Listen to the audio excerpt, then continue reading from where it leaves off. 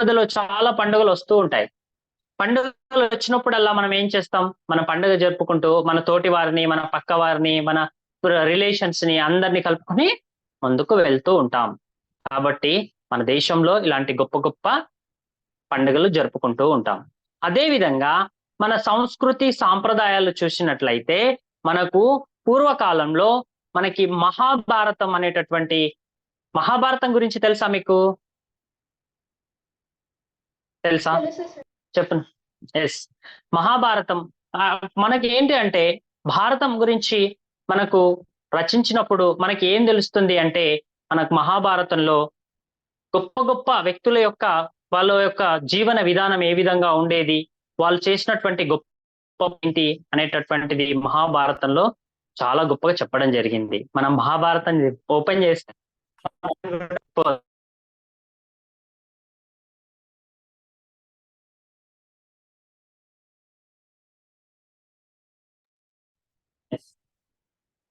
కొంచెం కాల్ వచ్చి డిస్టర్బెన్స్ అయింది.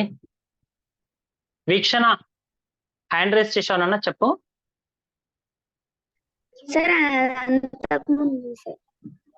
నానా అంతకు ముందే చేశావా? మనకు మహాభారతంలో ఏంటి అంటే మనకు కాన్సన్ట్రేషన్ గురించి మనం చూసినట్లయితే మనకు అర్జునుని గురించి చెప్పడం జరిగింది. అవునా కదా?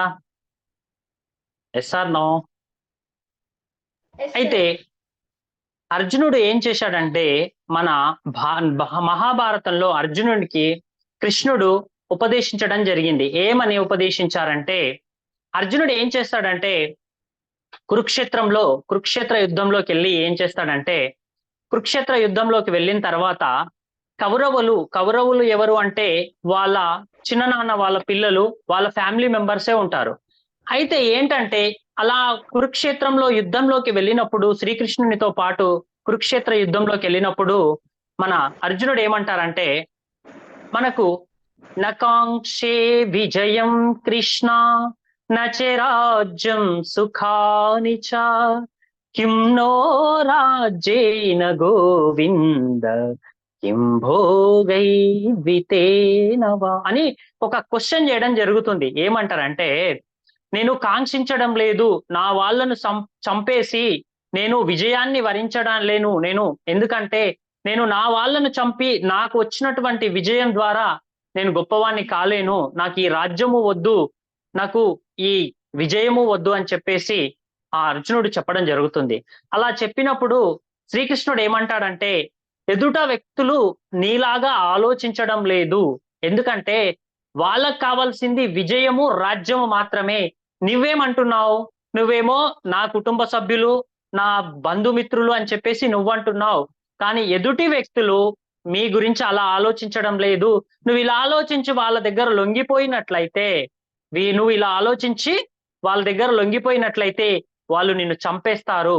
అదే విధంగా నువ్వు అలా ఆలోచించకుండా ఎప్పుడైతే సమయోచితంగా సమయానికి సందర్భానికి పట్టి మనం ఎలా ఆలోచించాలో అదే విధంగా ఆలోచించాలి. కానీ వాళ్ళు నా వాళ్ళు నీ వాళ్ళు అని చెప్పేసి నువ్వు ఆలోచిస్తే వాళ్ళకు విజయం కోసం వాళ్ళు తపిస్తున్నారు, వాళ్ళు రాజ్యం కోసం తపిస్తున్నారు, వాళ్ళు క్రూరులు. వాళ్ళు నువ్వు ఒకవేళ వదులుకుంటే, నీ మంచితనంతో నువ్వు వదులుకుంటే వాళ్ళు నీ చేతకానితనంగా భావించి నిన్ను చంపేయడం జరుగుతుందని చెప్పేసి శ్రీకృష్ణుడు చెప్పడం జరుగుతుంది. అదే విధంగా మనకు అలా మనకు రామాయణం, మహాభారతం అనేటటువంటిది రావడం జరిగింది. అంటే మనం మహాభారత రామాయణాలు కూడా మనకి ఎన్నో విషయాలను నేర్పిస్తూ ఉంటాయి.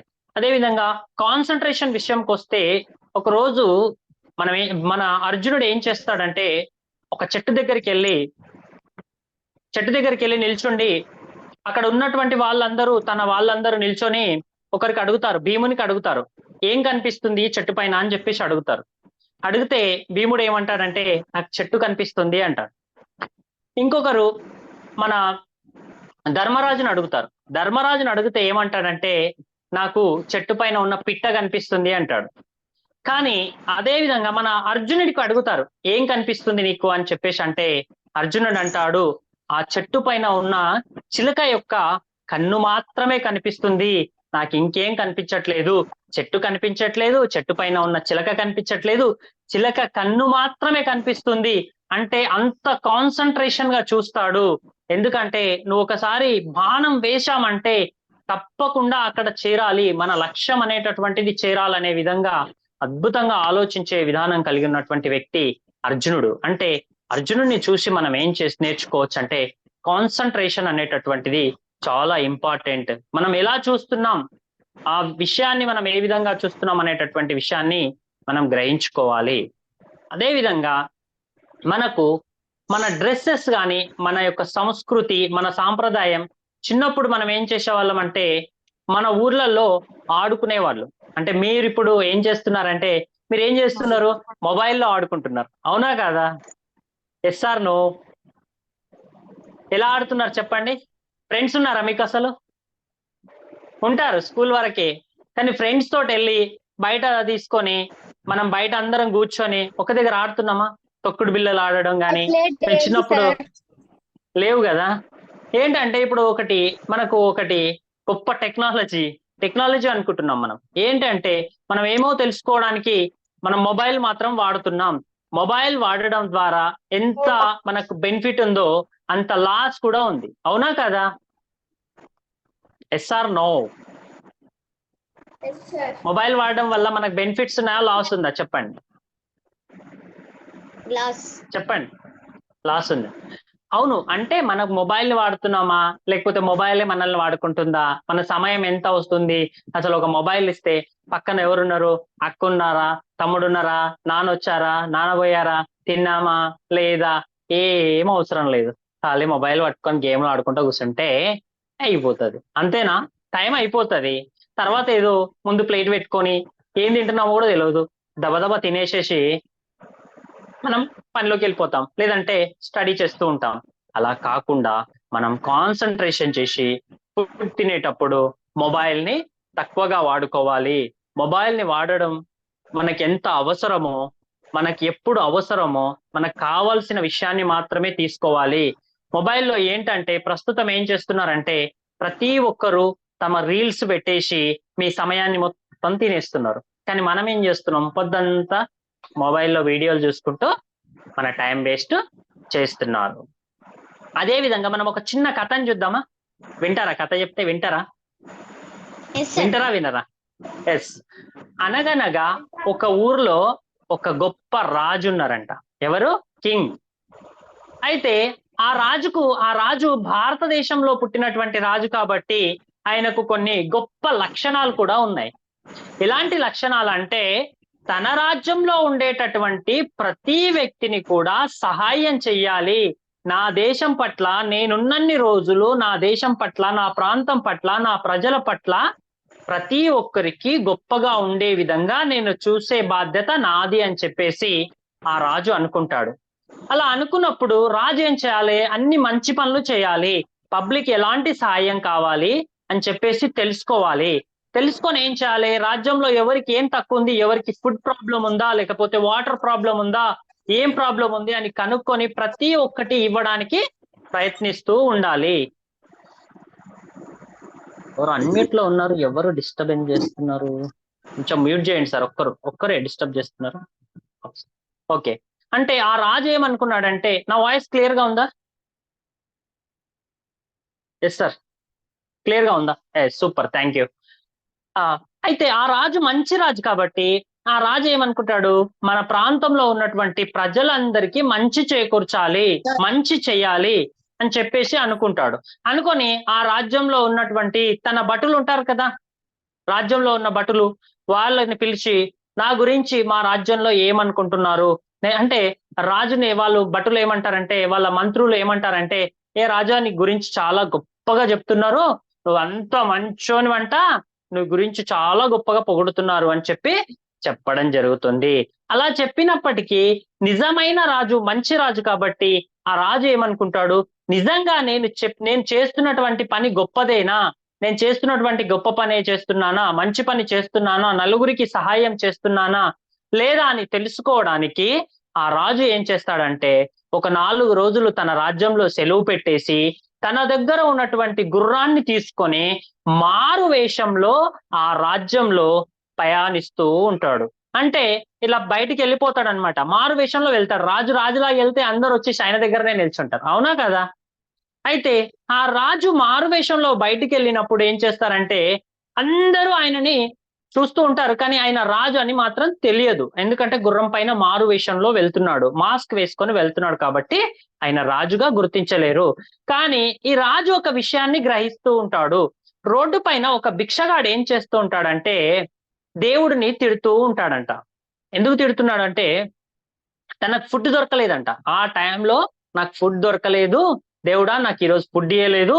నాకెవరు అన్నం పెట్టలేదు. నాకేమి ఇయ్యలేరు అని చెప్పేసి దేవుణ్ణి తిడుతూ ఉంటాడు. అలా తిడుతూ ఉన్న విషయాన్ని ఆ రాజు గ్రహిస్తాడు, చూస్తాడు. చూసి ఆ కింగ్ ఏం చేస్తాడంటే ఆ భిక్షగాడి బిగ్గర దగ్గరికి వెళ్తాడు. బిగ్గర దగ్గరికి వెళ్ళేసి ఏమంటాడంటే ఏంటి ఎందుకు దేవుణ్ణి తిడుతూ ఉన్నావు నువ్వు అని చెప్పేసి అడగడం జరుగుతుంది. అలా అడిగినప్పుడు ఆయన ఏమంటాడంటే ఆ భిక్షగాడు ఏమంటాడు నేనేం చెప్పా నాకు ఆహారం లేదు, నాకు తిననికే లేదు, నీకేం చెప్తా నీకేం చెప్పా నాకు అవసరం లేదు, నువ్వు వెళ్ళిపో ఇక్కడ నుంచి అంటాడు. అయినా ససేమిరా ఒప్పుకోకుండా రాజు ఏం చేస్తాడంటే ఏంటి నాయన నీ ప్రాబ్లం ఏంది, నేను ఈ రాజ్యానికి నేను రాజుని, నా మాస్క్ తీసి చూడు కావాలంటే అంటే అప్పుడు ఆ మాస్క్ తీసిన తర్వాత అవును రాజే కదా, అయితే ఏం లేదు నాకు దేవుడు ఏమి ఇయ్యలేదు, నీకు గొప్ప రాజ్యాన్ని గొప్ప డబ్బుల్ని ధనాన్ని అన్ని ఇచ్చాడు కాబట్టి నువ్వు హ్యాపీగా ఉన్నావు. కానీ నాకు భగవంతుడు ఏమి ఇయ్యలేడు కాబట్టి నేను దేవుణ్ణి తిడుతూ ఉన్నాను అని చెప్పేసి ఆ రాజుకు చెప్పడం జరుగుతుంది. అంటే రాజు వచ్చిన తర్వాత ఇలాంటి వ్యక్తులను చూసి ఊరికే వెళ్ళాడు కదా, తను గొప్ప గొప్ప జ్ఞానాన్ని కలిగి ఉంటాడు కాబట్టి రాజు బయటకు వచ్చేటప్పుడు ఏం చేస్తాడంటే తనతో పాటు ఒక 1000 బంగారు నాణ్యాలని తీసుకొని రావడం జరుగుతుంది.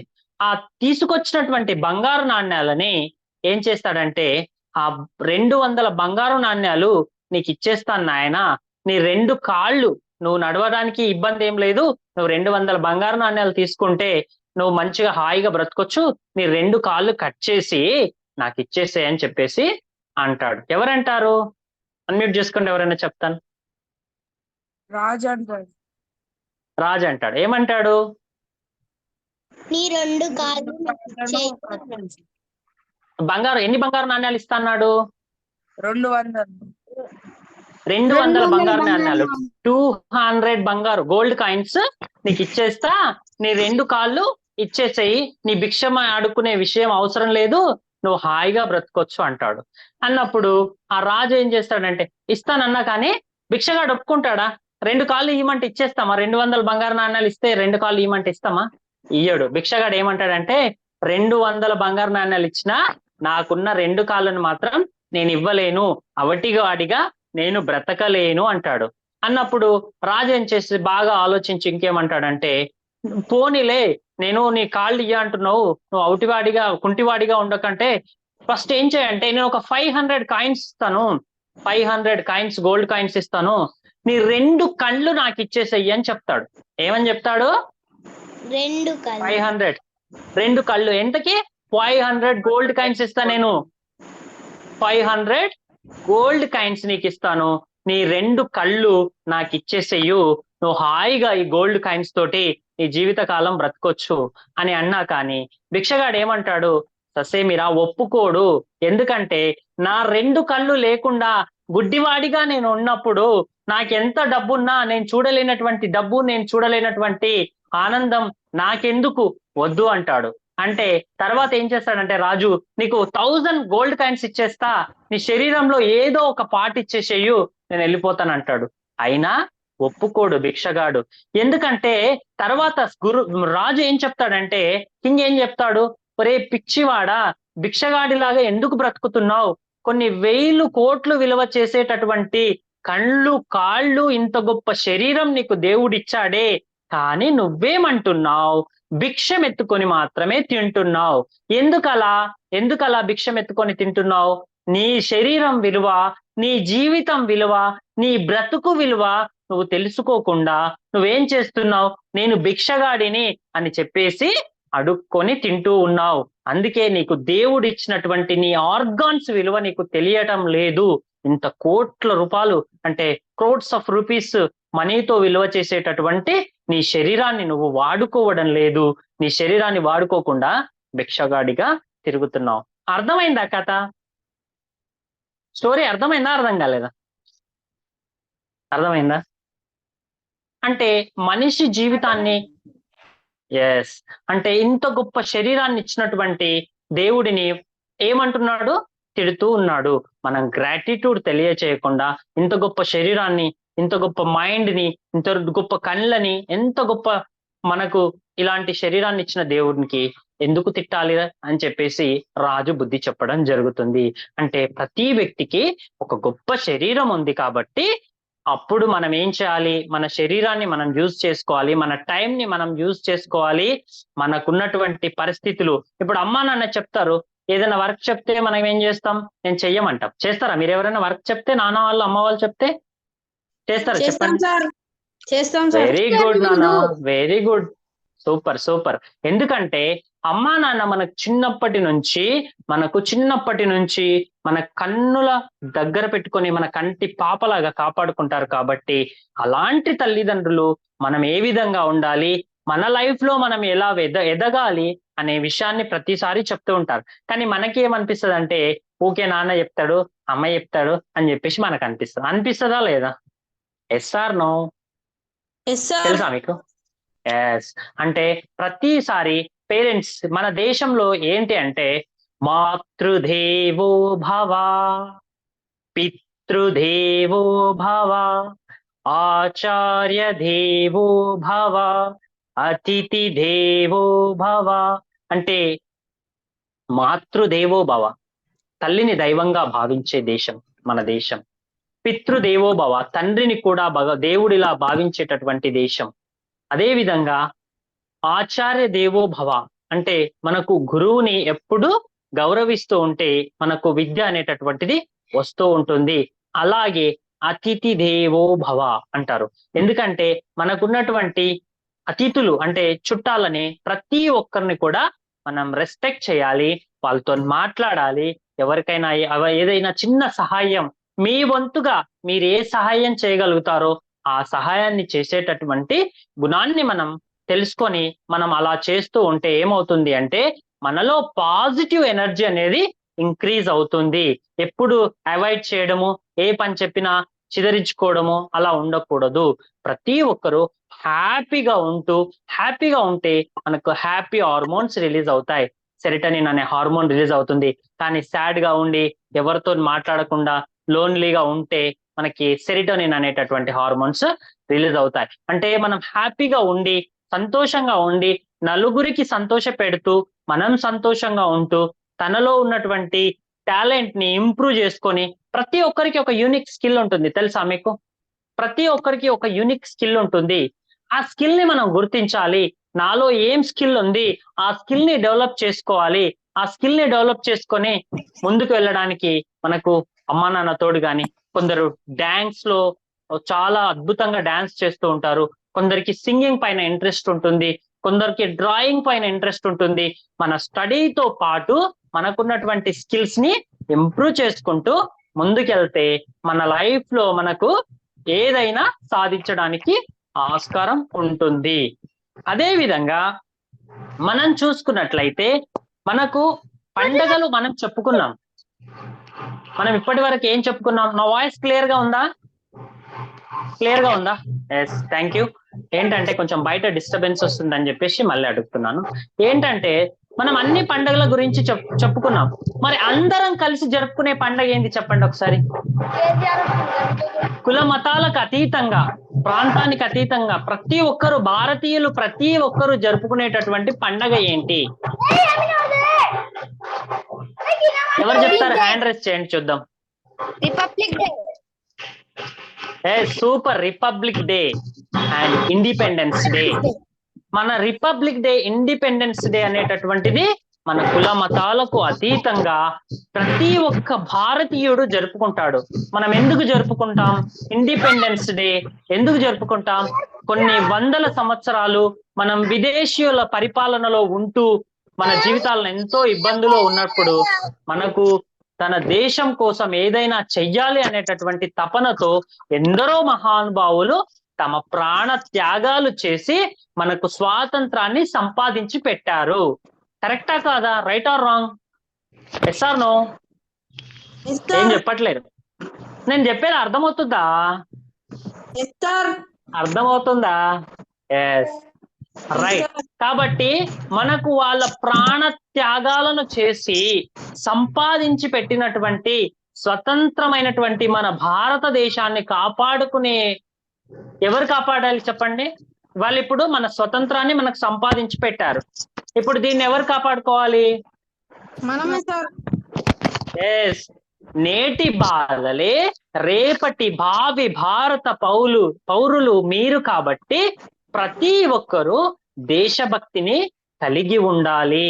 ఎప్పుడు కూడా అమ్మా నాన్నలని, పేరెంట్స్ ని ఎప్పుడు కూడా దైవంగా భావిస్తూ గురువు చెప్పినటువంటి మార్గంలో మన జీవితంలో మనం ఏంటంటే గొప్ప వ్యక్తిగా మారాలి అంటే గొప్ప పనులు చెయ్యాలి. అంటే మనం చేసేటటువంటి పని మంచా చెడ అనేటటువంటి ఆలోచన చేసి మనం మంచి పనులు, అవసరమైన పనులు, ఎవరికి ఇబ్బంది కలగనీయనటువంటి పనులు మాత్రమే చెయ్యాలి. మొబైల్ ని మాత్రం మనకు ఏ విధంగా వాడుకోవాలో అదే విధంగా వాడుకుంటే మన సమయాన్ని మనం కాపాడుకున్న వాళ్ళం అవుతాం. లేకపోతే అన్ని రీల్స్ చూస్తా ఉంటే మన టైం మొత్తం మొబైల్ తినేస్తుంది. తర్వాత మనం ఇబ్బందులు పడతాం. కాబట్టి ప్రతి ఒక్కరూ తల్లిదండ్రుల పట్ల, మన దేశం పట్ల, పౌరుల పట్ల, ప్రతి ఒక్కరి పట్ల ప్రేమ భావన కలిగి ఉండాలి. దేశభక్తిని కలిగి ఉండాలి. ఎప్పుడు రెడీగా ఉండాలి. మన దేశంలో ఎలాంటి సమస్యలు లేకుండా అద్భుతమైనటువంటి వ్యక్తులుగా మీరు ఉండాలి అని చెప్పేసి నేను కోరుచున్నాను. ఉంటారా మరి? ఉంటారా? Hand raise please. Super super super. ఎందుకంటే మన ఫ్యామిలీ ఏది? ఇప్పుడు ఏ ఫ్యామిలీలో ఉన్నారు మీరు? ఏ ఫ్యామిలీలో ఉన్నారు? మనమంతా ఎవరి ఫ్యామిలీ ఇప్పుడు? Young minds. Young minds impact family. అంటే ఎందుకంటే మన గురువు గారు శ్రీ గంపా నాగేశ్వరరావు తెలుసా మీకు అందరికి? గంపా సార్ తెలుసా మీకు? తెలుసు సార్. ఇంపాక్ట్ అని కొడితే గంపా సార్ యొక్క ఫొటోస్ కానీ వీడియోస్ కానీ అద్భుతంగా ఉంటాయి, మనం చూడొచ్చు. అంటే ఇంత మందిని అందరినీ ఒకే దగ్గరికి చేర్చి ప్రతి ఒక్క విషయాన్ని చిల్డ్రన్స్ కి తెలియచేయాలి. మక్కై వంగనిదే మానై వంగున. అంటే చిన్నతనంలో మనం ఏం చేయాలో మనం ఇప్పుడే చేయాలి. ప్రతి ఒక్కటి పాజిటివ్ థింకింగ్ ఉండాలి. ఎప్పుడు కూడా నెగిటివ్ థింకింగ్ ఉండదు. ఎందుకు ఉండకూడదు అంటే what you think become, what you feel attract, what you imagine you create, what you think become.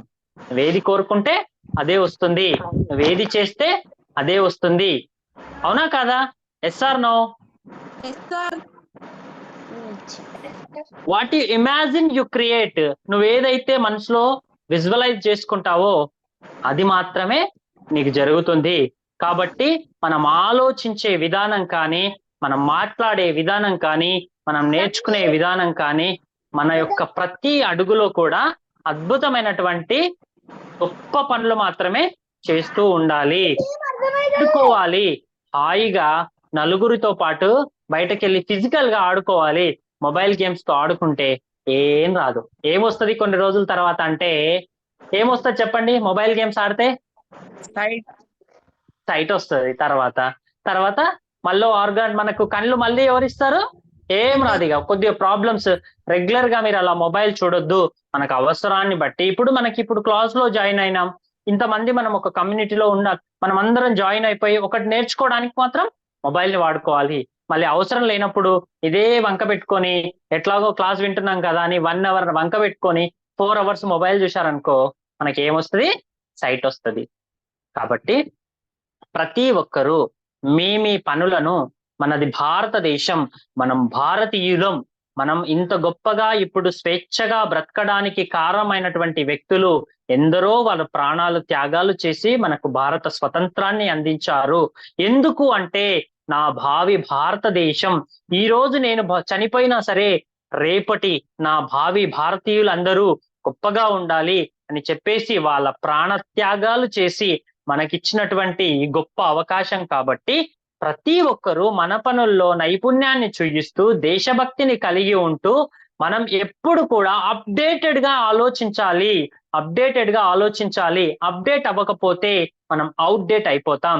కాబట్టి ప్రతి ఒక్క పరిస్థితులను కొత్తగా నేర్చుకోవడానికి, కొత్త కొత్త విషయాలను, మనకున్నటువంటి సమస్యలను ఏ విధంగా ఓవర్కమ్ చేయాలి, ప్రతి విషయాన్ని తెలుసుకుంటూ అద్భుతమైనటువంటి వ్యక్తులుగా, శక్తులుగా, ఒక గొప్ప భారతీయులుగా వెలగాలని కోరుకుంటున్నాను. అదే విధంగా మనకు ఇంత గొప్ప అవకాశాన్ని కలిగించినటువంటి వాళ్ళెవరు అంటే మనకు స్వతంత్ర సమరయోధులు. స్వతంత్ర సమరయోధులు ఎందుకు మనకి ఇంత గొప్ప అవకాశాన్ని ఇచ్చారంటే, మా భారతదేశంలో ఉండేటటువంటి ప్రతి వ్యక్తి కూడా గొప్పగా ఉండాలి, నా భారతదేశం గొప్పగా ఉండాలని చెప్పేసి వాళ్ళ ప్రాణత్యాగాలు చేసి మనకు స్వాతంత్రాన్ని ఇచ్చారు. తెలుసా లేదా మీకు? చెప్పండి. Yes or no?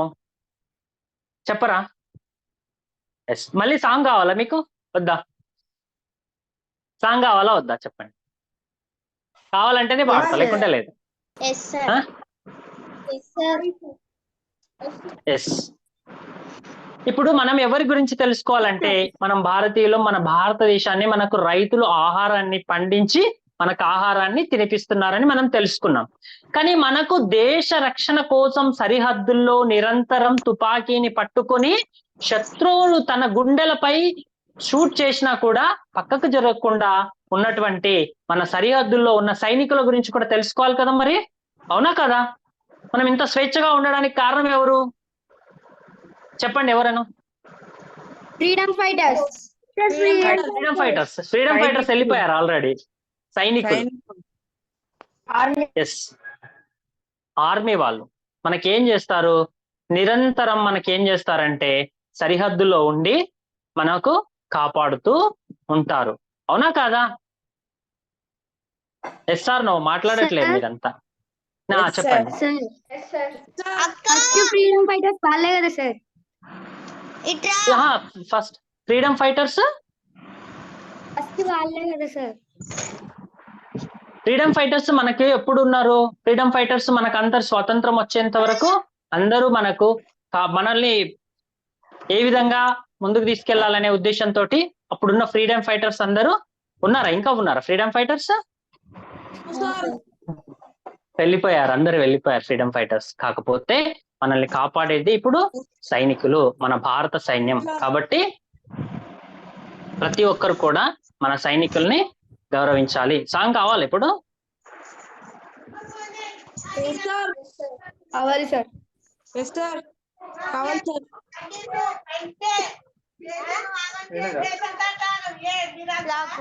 కంటికి కునుకే లేకుండా కనురెప్పల్లా కాపాడంగా దేశం కోసం దేహాన్నిచ్చే జవాన్ నా హీరో, జై జవాన్ నా హీరో.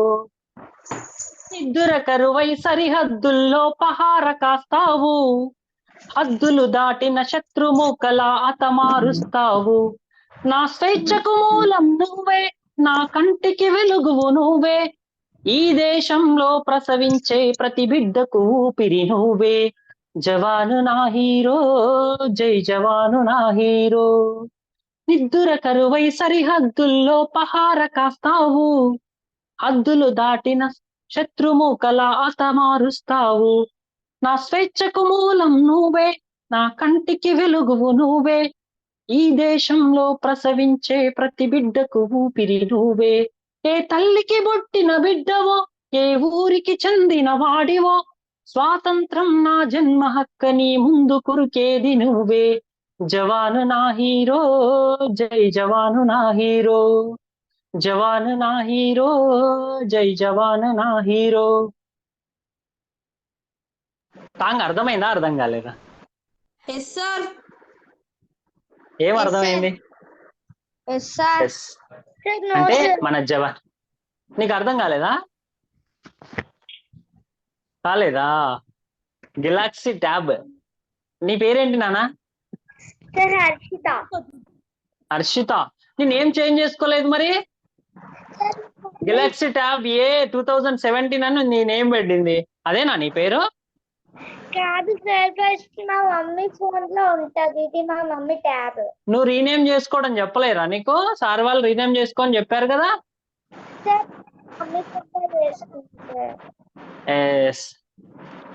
Thank you all. అందుకే ఫోన్ తీసి. ఓకే నాన్న, మ్యూట్ చేసుకో నాన్న, please mute yourself. Yes. ఇప్పుడు నేను చెప్పింది అర్థమైంది కదా మీకు అందరికి? అర్థమైందా అర్థం కాలేదా? No, sir. ఆ? No, sir. ఎవరు నువ్వు అని చెప్పేది?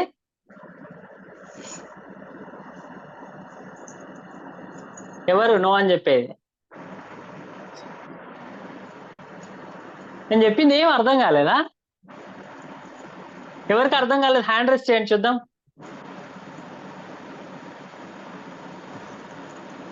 Rice your hand please. ఎవరికి అర్థం కాలేదు? సార్ మీరు చెప్పింది అర్థమైంది సార్. పాడిన సాంగ్ ఆహా, అలాగా. సాంగ్ అర్థం కాలేదా? అంటే జవాన్ నా హీరో. ఎవరి హీరో? మన హీరోలు ఎవరు? సినిమా హీరోలా? కాదు. కంటికి కునుకే లేకుండా కను రెప్పల్లా కాపాడంగా దేశం కోసం దేశం కోసం తన దేహాన్ని అడ్డం పెట్టి మన దేశాన్ని కాపాడుతుంటాడు కదా.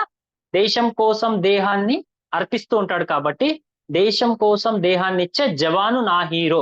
అంటే మన జవాను మన హీరో అన్నమాట. ఎప్పుడు కూడా మనకి రియల్ హీరోలు ఎవరు అంటే మనకు ఫస్ట్ ఆఫ్ ఆల్ వచ్చేసి మనకు ఒక రైతు మనకు ఆహారాన్ని పెడుతూ ఉంటాడు కాబట్టి రైతు మన హీరో. మన అమ్మా నాన్న మన కంటి రెప్పలా కాపాడుకుంటారు కాబట్టి మన అమ్మా నాన్న హీరో. తర్వాత మన దేశంలో సరిహద్దుల్లో ఉంటూ మనకు ఎంత ప్రాణాన్ని తన ప్రాణాన్ని అడ్డంగా పెట్టి మన ప్రాణాలని కాపాడుతాడు కాబట్టి మనకు జవాను కూడా హీరోనే. వీళ్ళందరూ ఇప్పుడు మీరు చూసే మీ ఫేవరెట్ హీరో ఎవరంటే ఎవరు చెప్తారు? ఏమని చెప్తారు చెప్పండి? Sir my Daddy. Father is my hero. My daddy, super నాన్న, super. Yes My yes father is my hero. Yes, super నాన్న. అలా ఉండాలి. ఎందుకంటే మనం సినిమా హీరోల పేర్లు వాళ్ళ హీరోలు కాదు, వాళ్ళ యాక్టర్స్ మాత్రమే. ఆ యాక్టర్స్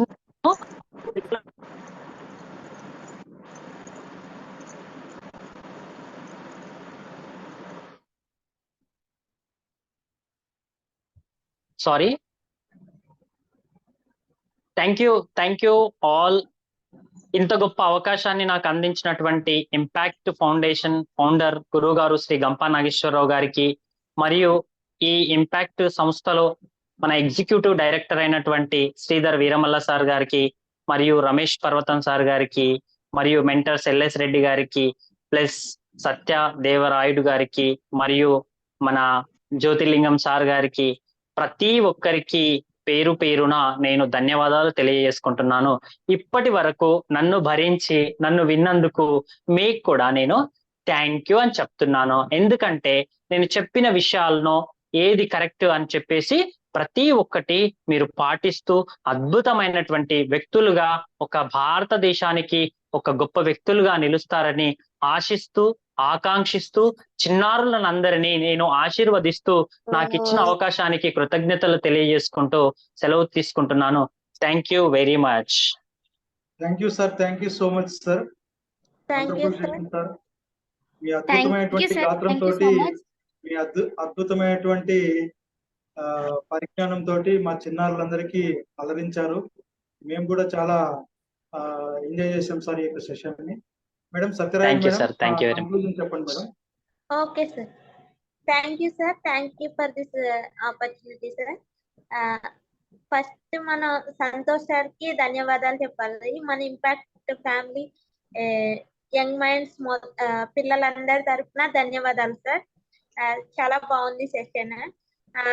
ఈ సెషన్ ద్వారా మన పిల్లలకి పక్కా లోకల్ డే ద్వారా మన లొకాలిటీని ఎలా ప్రేమించుకోవాలి, మన ఉండే ఊరిని చుట్టూ ఉండే ప్రాంతాన్ని మన దేశాన్ని అన్నిటి గురించి ఎలా ప్రేమించుకోవాలి అనే దాని గురించి చక్కగా వివరించారు సార్. అలాగే మన దాంట్లో మన దేశంలో ఉండే కుటుంబ వ్యవస్థ గురించి చెప్తూ అన్ని విషయాల గురించి మీరు చక్కగా వివరించారు సార్. మన ఫెస్టివల్స్ జరుపుకునేది కేవలం మన ఇంట్లో వాళ్ళు సంతోషంతో ఉండడానికే కాదు, మన రిలేటివ్స్ అందరూ వచ్చి యాడ్ అయ్యి మన అందరూ సంతోషంగా జరుపుకునే పండుగల గురించి కూడా చాలా అద్భుతంగా చెప్పారు సార్. ధన్యవాదాలు sir. Thanks for this opportunity. నాకు ఈ అవకాశాన్ని ఇచ్చిన మన గురుజీ గంపా నాగేశ్వరరావు సార్ గారికి, మన impact executive director Sridhar Veeramalla సార్కి, ఇంకా రమేష్ పర్వతం సార్కి, నా ధన్యవాదాలు సార్. నా కో-మెంటర్స్ ఎల్ఎస్ రెడ్డి సార్కి, శ్రీనివాస్ సార్కి నా ధన్యవాదాలు sir. Thank you sir. Thank you madam, thank you so much sir. Thank you sir, thank you so much. Thank you very much sir. ఏమైనా క్వశ్చన్స్ ఉంటే ఒక 5 minutes Ah. తీసుకుందామా sir? Okay sir, okay sir. My dear young dynamics, మీకు ఏమైనా ఈరోజు sir చెప్పినటువంటి అంశం మీద మీకు ఏమైనా డౌట్స్ ఉంటే క్వశ్చన్స్ అడగండి, సార్ మీకు ఆన్సర్ చేస్తారు. సార్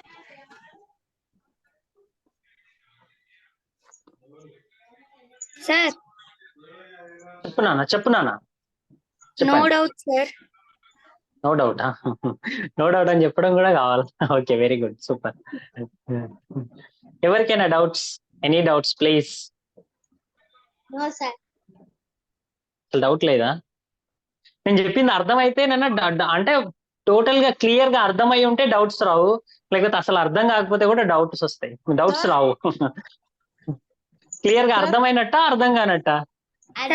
అర్థమైంది సార్. సూపర్ నాన్న, సూపర్. ఎస్, చెప్పండి సార్, చెప్పండి నాన్న. చిన్న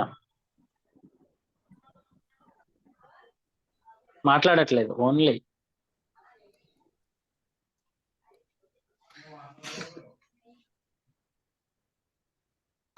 మీకేం డౌట్స్ లేవా? లేదు సార్. ఒక 5 minutes 5 minutes తర్వాత డౌట్ అడుగుతావా? సార్ కాదు,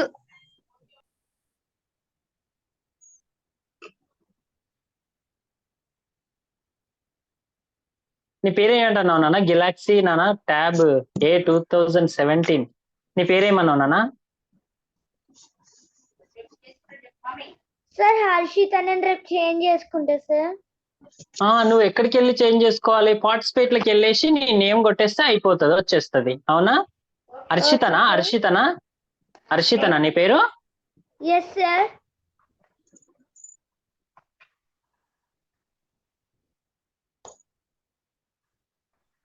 సార్ మీ వాయిస్ వినపడతలేదు సార్.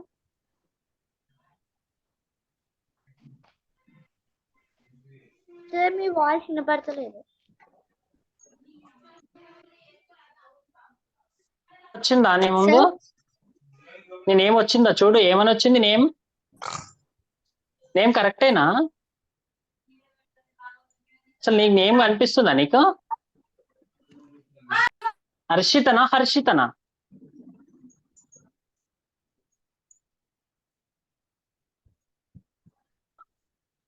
Yes, okay sir. చూడండి, ఏమైనా డౌట్స్ ఉంటే అడగండి, లేకపోతే క్లోజ్ చేసేయండి sir. Okay, thank you sir, thank you very much. Happy evening sir, Santosh sir. Sir happy evening sir, Jyothilingam sir. మిమ్మల్ని గుర్తుపట్టకుండా ఎట్లుంటాం సార్? సెషన్ సార్, మెంటల్ ఉన్నారా సార్ ఇందులో? నేను విజిట్ చేసినప్పుడు మీరు చూడలేదు, మీరు విజిట్ చేసినప్పుడు నేను చూడలేదు. ఓకే సార్, రికార్డింగ్ ఆపేయండి సార్. లెస్ రెడీ సార్, ఎవరు చేస్తున్నారు recording? Stop recording sir please.